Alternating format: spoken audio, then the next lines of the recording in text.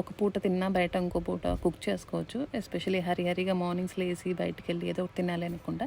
So ఇలా book చేసిన room అండి ఇది. స్టూడియో అని చెప్పాలి. అంటే స్టూడియో అంటే హాల్, బెడ్డింగ్ అండ్ కిచెన్ అంతా ఆల్మోస్ట్ కామన్గా మిక్స్ అయ్యి ఉంటుంది. సైడ్కి ఒక కిచెన్ ఉంటుంది అంతే.